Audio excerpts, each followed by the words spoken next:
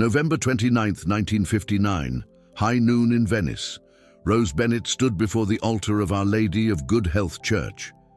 In her hands, she clutched a piece of paper folded in thirds. On that paper were written 3 impossible requests. Her son, Mark, 22 years old, was in jail, accused of a murder he did not commit. Her husband, Victor, was dying. Lung cancer.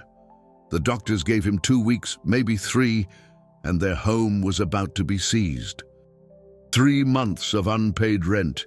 The bailiff was coming on December 3rd. 3 impossible situations. Rose knew that tomorrow, November 30th, was the feast day of St. Andrew, the patron saint of impossible causes, the saint who opened doors that no one else could open.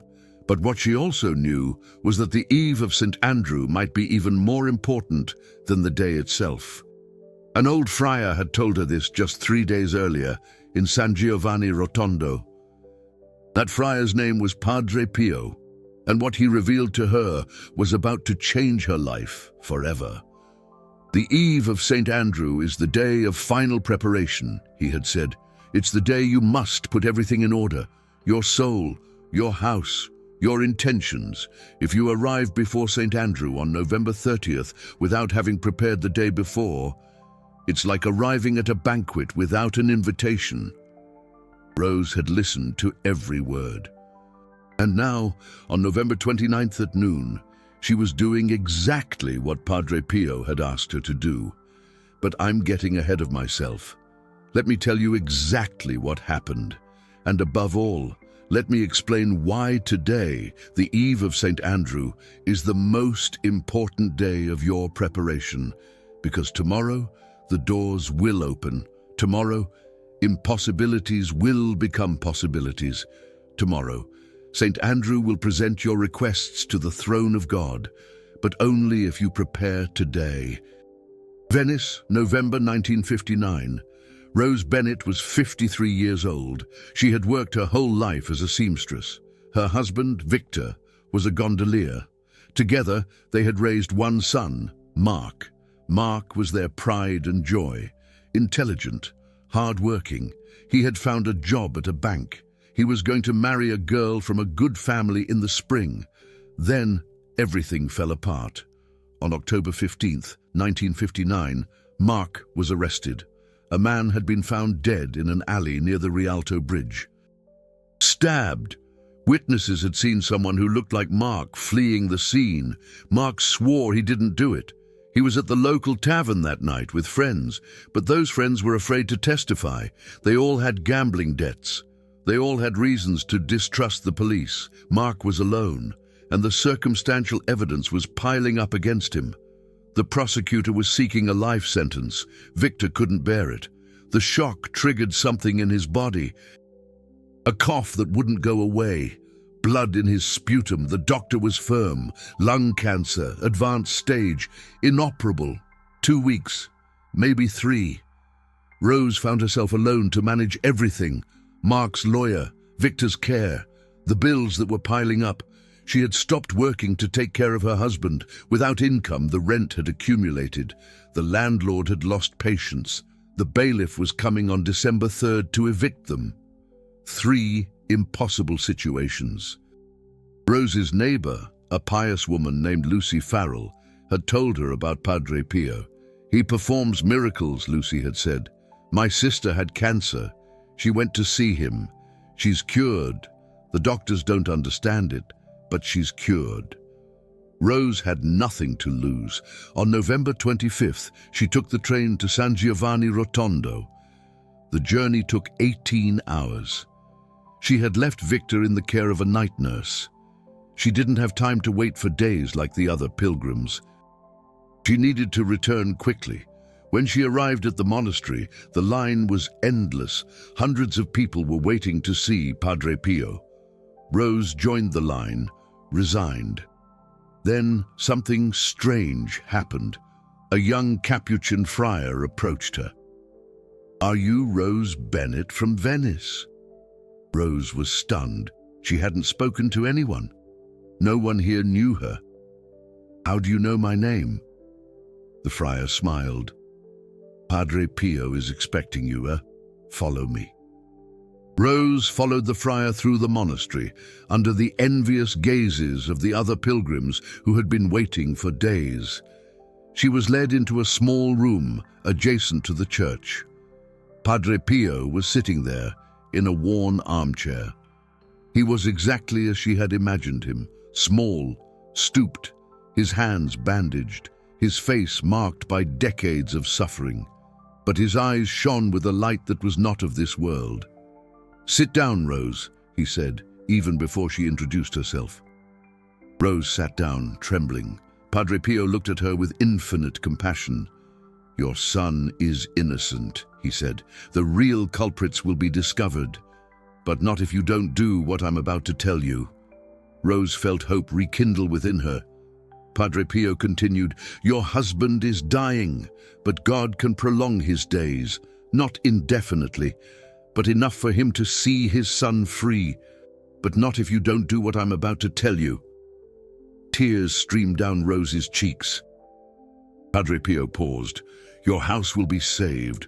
An unexpected person will help you, but not if you don't do what I'm about to tell you." Rose fell to her knees. "Father, tell me. I'll do anything." Padre Pio leaned towards her. "In 4 days, it is the feast day of St. Andrew, November 30th. On that day, impossible doors open, but listen to me carefully. The day of St. Andrew is the day the doors open. But the day before, the 29th, is the day you prepare the keys." Rose listened intensely. St. Andrew does not open doors for just anyone. He opens them for those who have prepared themselves, those who have purified their soul, those who have put their house in order, those who have given up on trying to solve things on their own. Padre Pio closed his eyes. "On the eve of St. Andrew, you will do 3 things. Exactly 3. Not 2, not 4. 3. Rose counted on her fingers. "First thing," said Padre Pio. Purification. He opened his eyes. "On the morning of November 29th, you will go to confession, a complete confession, not a superficial confession where you hide your shameful sins. A total confession. You must say everything, even what you've never told anyone, even what makes you the most ashamed." Rose paled. There were things she had never confessed, things from her youth, things she had buried so deep she thought she'd forgotten them. Padre Pio seemed to read her thoughts. "I know what you hide. The priest who hears your confession will not judge you. But if you keep these secrets, St. Andrew, the patron saint of hope, cannot help you. The doors to divine grace remain closed to those who keep doors locked within their own hearts." Rose nodded, terrified, but determined. "Second thing," Padre Pio said, "fasting." He continued, "On November 29th, you will fast, no food until sunset. Only water. This fast is not a punishment. It's a preparation. When the body is empty, the soul is more receptive. When the stomach cries for food, the heart cries out to God." Rose had never fasted in her life, but she was ready for anything. "Third thing," Padre Pio said, "preparing your requests." He paused. "On November 29th, at exactly noon, you will go to a church, any church. You will stand before the altar, and you will write your 3 impossible requests on a piece of paper. 1 request per line, clear, simple, direct." Padre Pio mimed the act of writing. "My son, Mark, is innocent. I ask for his liberation. My husband, Victor, is dying. I ask that his days be prolonged. My house is going to be seized. I ask that it be saved." Rose repeated the phrases in her head. Padre Pio continued, "After writing your 3 requests, you will fold the paper in thirds. 3 folds for 3 requests. Then you will keep it against your heart until the next day." "And on November 30th?" Rose asked. Padre Pio smiled. On November 30th, St. Andrew's Day, you will return to the church at dawn, before sunrise. You will place your paper on the altar, under the altar cloth. You will stay there until noon, without eating, without drinking, in silent prayer. Rose nodded. At noon exactly, you will recite this prayer. Only once, Padre Pio closed his eyes and recited slowly, Saint Andrew, Apostle of the Lord, you who left everything to follow Christ, you who brought your brother Peter to the light, I present to you these 3 impossibilities. Not because I deserve an answer, but because you know divine mercy. Open the doors that I cannot open, and let thy will be done. Rose repeated the prayer silently. Padre Pio reopened his eyes. After the prayer, you will retrieve your paper from under the altar cloth. You will burn it without rereading it, and you will go home without looking back, without doubting, without worrying. And after? Rose asked. Padre Pio placed his bandaged hand on Rose's head. After, you will wait. The doors will open when God wills it, sometimes the same day, sometimes the following week, sometimes the following month. But they will open. St. Andrew never abandons those who prepare properly. On the eve of his feast, Padre Pio rose slowly. Go now, Rose. Go home, and remember, the eve is as important as the day. Rose left San Giovanni Rotondo that evening. She arrived in Venice on November 27th, exhausted but determined. Victor had worsened during her absence. He was coughing up blood almost constantly. The night nurse had said he probably wouldn't make it through the week. Rose said nothing of her trip. She said nothing of Padre Pio. She said nothing of what she was going to do. Secrecy was essential. On November 28th, Rose spent the day at Victor's bedside. She held his hand. She told him about Mark as a child, about their early years together, about the gondola he had bought with his savings, about their wedding in that same church where she would go tomorrow. Victor smiled weakly between fits of coughing. November 29th arrived. Rose got up before dawn. She left Victor asleep. Under the nurse's supervision, she walked to St. Zachary Church near St. Mark's Square. The priest, Father Giovanni Rossi, was an old man who had been hearing confessions for 50 years. Rose entered the confessional, and she said everything she had hidden for decades. The child she had lost before Mark, the child she had never told anyone about, the child she had given up out of fear and shame. Tears flowed, words came out. A lifetime of secrets poured out into the darkness of the confessional. Father Rossi listened without interrupting. When she had finished, he remained silent for a long moment. Then he spoke. My daughter, your sins are forgiven. Everything you have carried for years, God takes now. Go in peace. Rose emerged from the confessional, transformed. She felt light, as if a huge weight had been lifted from her shoulders. That was the first thing, the purification. Done. Rose returned home. She did not eat all day. Empty stomach. She prayed. She thought of Mark in prison. She thought of Victor dying. She thought of her house that was going to be seized. But curiously, she wasn't afraid. Something had changed in her since the confession. A peace she had never known. At exactly noon, Rose returned to the church. Not St. Zachary's this time. Our Lady of Good Health Church. The church Victor preferred. The church where they had baptized Mark. She stood before the altar. She took out a paper and a pencil, and she wrote, My son, Mark, is innocent. I ask for his liberation. My husband, Victor, is dying. I ask that his days be prolonged. My house is going to be seized. I ask that it be saved. 3 lines, 3 requests, 3 impossibilities. Rose folded the paper in thirds. She slipped it into her bodice, against her heart. That was the third thing, the preparation of the requests. Done. Rose remained in the church until evening. She did not pray with words. She was simply present. She looked at the altar where she would place her paper tomorrow. She thought of St. Andrew, the apostle who had left everything to follow Christ. She thought of Padre Pio, the friar who suffered for others. She thought of her 3 impossibilities, and she waited. The sun set over Venice. Rose returned home. She ate some bread and cheese, her first meal of the day. Victor was sleeping, exhausted by his illness. Rose nestled beside him, the paper still pressed against her heart. She drifted off to sleep, praying. On November 30th, St. Andrew's Day, Rose woke before dawn.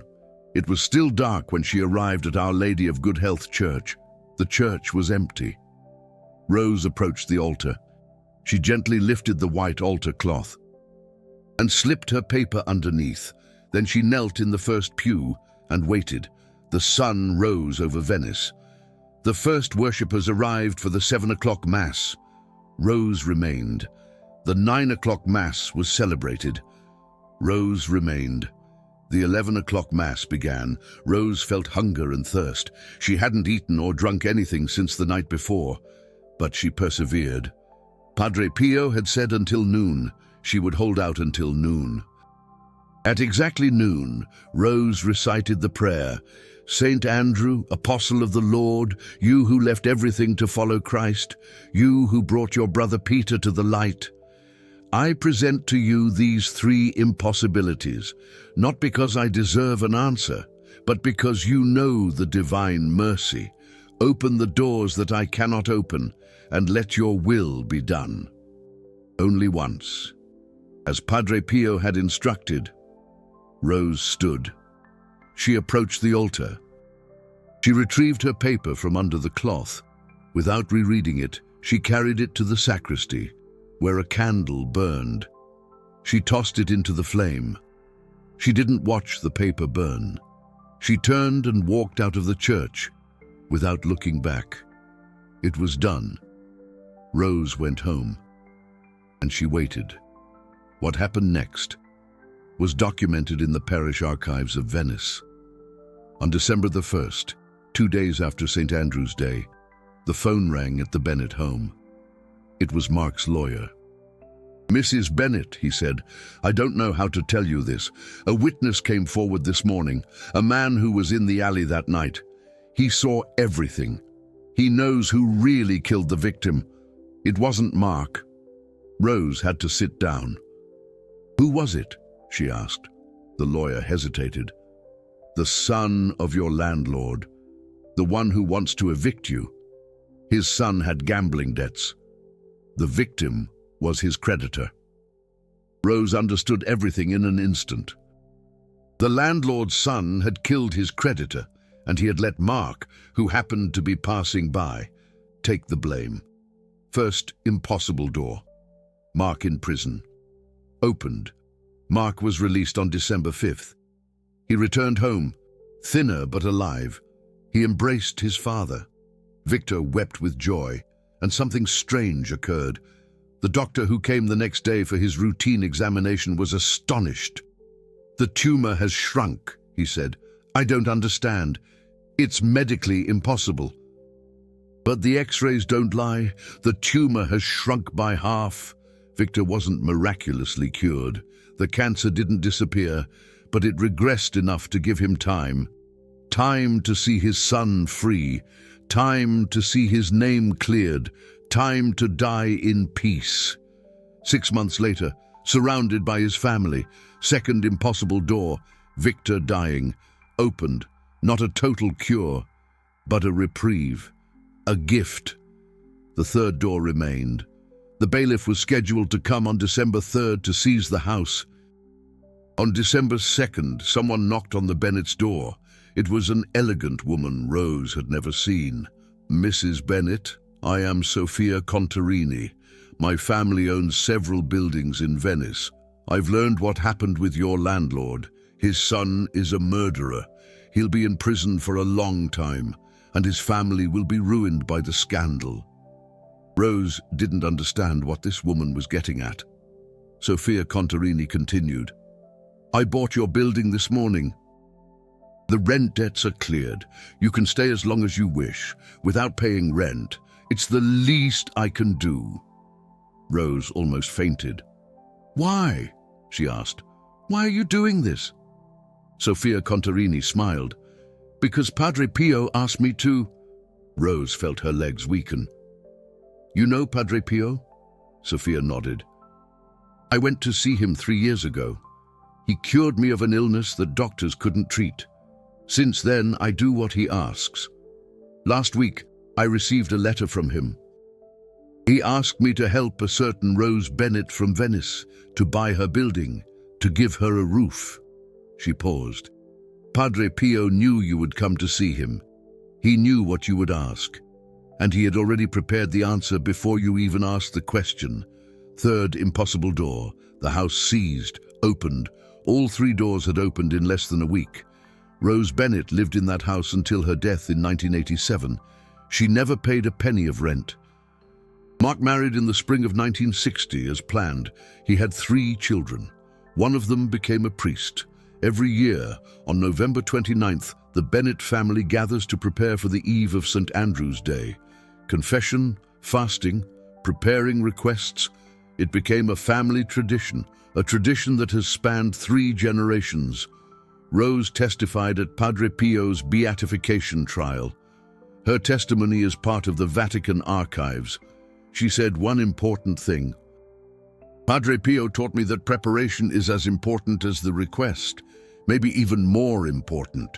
One does not appear before a king without preparing oneself. One does not appear before St. Andrew without purifying one's soul." But Rose's story is not an isolated case. The archives of San Giovanni Rotondo contain dozens of similar testimonies. Let me tell you 2 more. First testimony, Giovanni Ferraro, Milan, 1961. Giovanni was a businessman. His company was on the verge of bankruptcy. His creditors were harassing him. His wife threatened to leave him. He had gone to see Padre Pio on November 26th. Padre Pio had given him the same instructions as Rose: total confession, fasting, preparing the requests. Giovanni had done everything correctly on November 29th. On November 30th, St. Andrew's Day, he had presented his 3 impossible requests. On December 3rd, an unexpected investor contacted him. A man who had dreamed of his company, a man who wanted to invest exactly the amount Giovanni needed.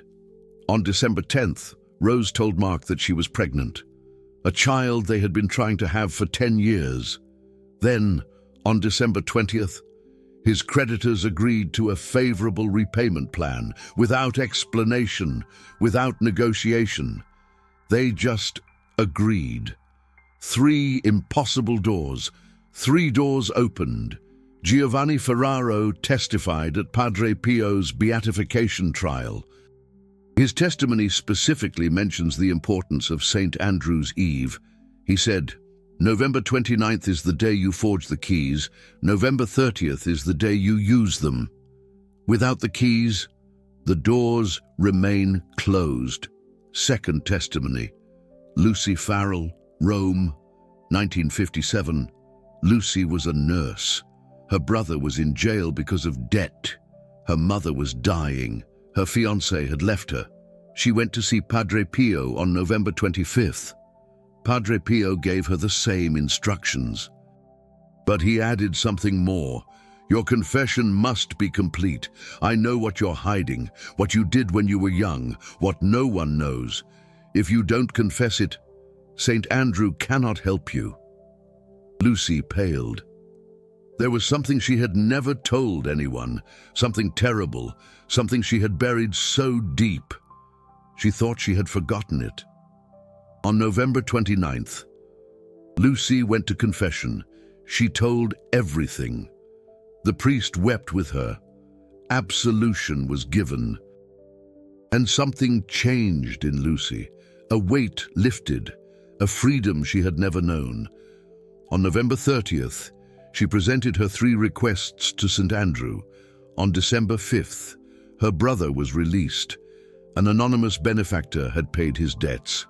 On December 12th, her mother began to get better, not a miraculous cure, but enough improvement to live another 5 years. On December 20th, Lucy met a man at Christmas Mass, a doctor, a good man. She married him 6 months later.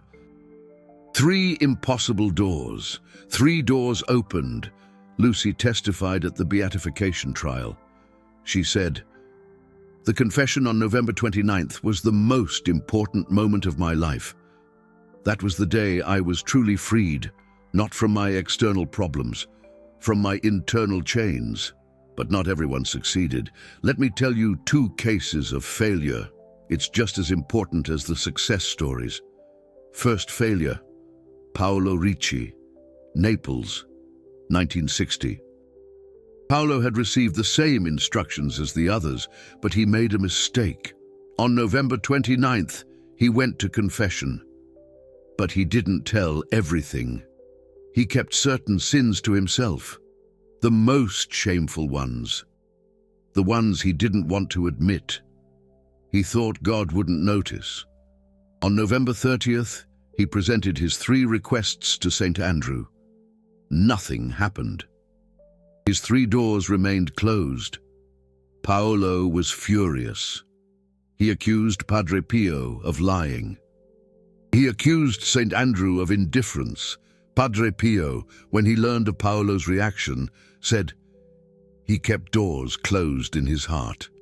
How could he expect St. Andrew to open doors for him? Paolo died a few years later, bitter and alone.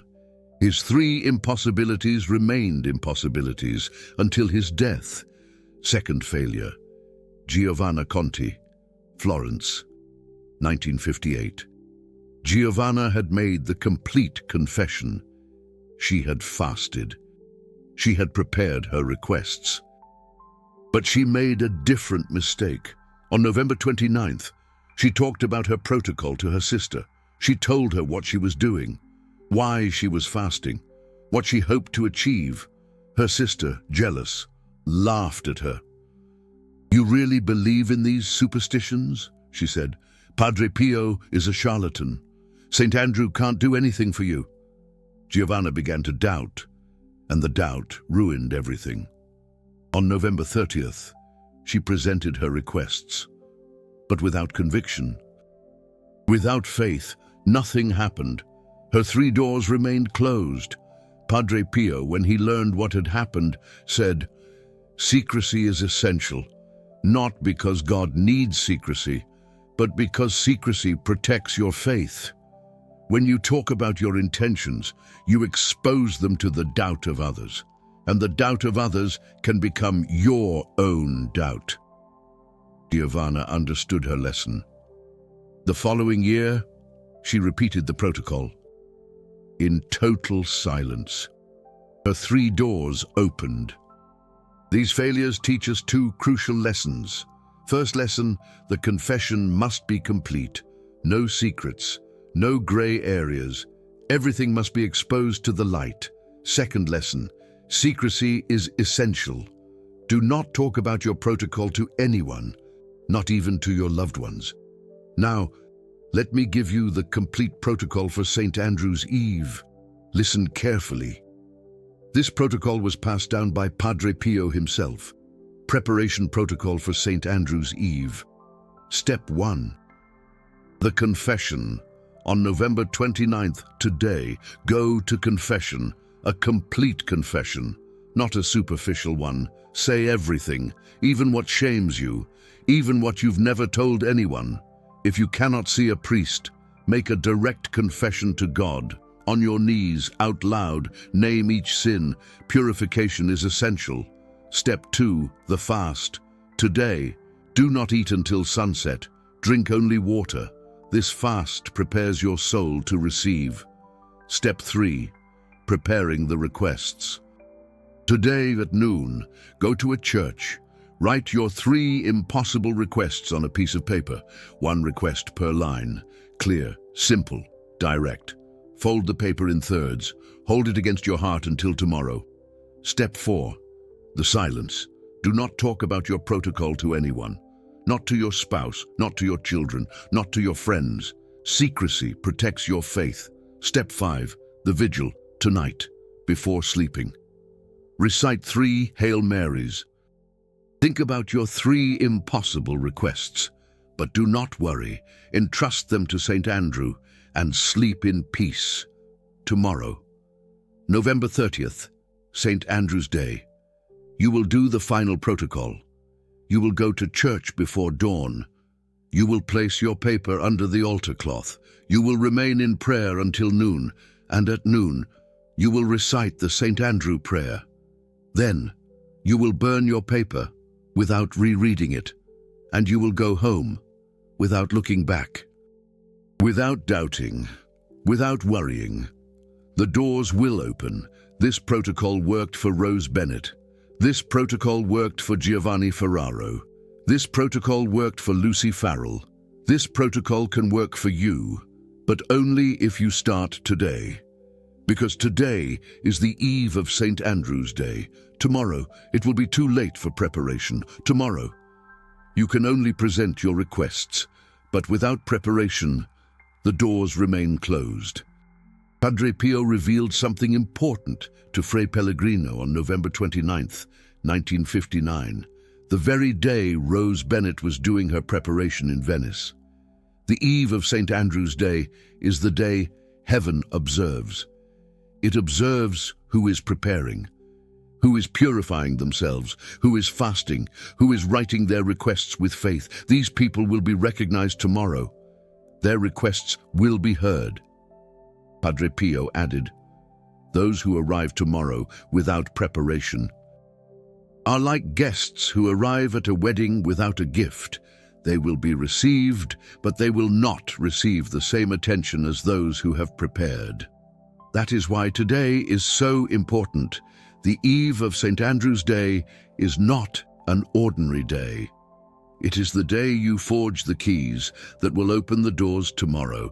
If you've made it this far in this video, it's not by chance. You have been guided. Something has brought you here. Today, on the eve of St. Andrew's Day.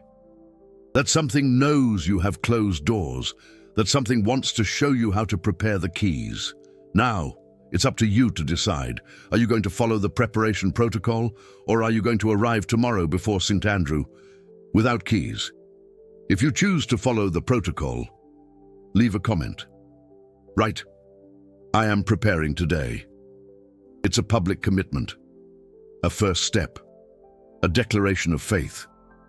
And if you want to support this work of revelation, if you want to help spread these protocols, hidden for 50 years by the Vatican, you can use the Super Thanks button below this video. Your contribution helps to continue researching, documenting, and sharing these testimonies. Each Super Thanks is a blessing. Each share of this video is a prayer. Tomorrow is St. Andrew's Day. Tomorrow, the doors open. But today, you prepare the keys. Rose Bennett understood this 65 years ago. Her 3 impossible doors opened. Yours can open too, but only if you prepare today.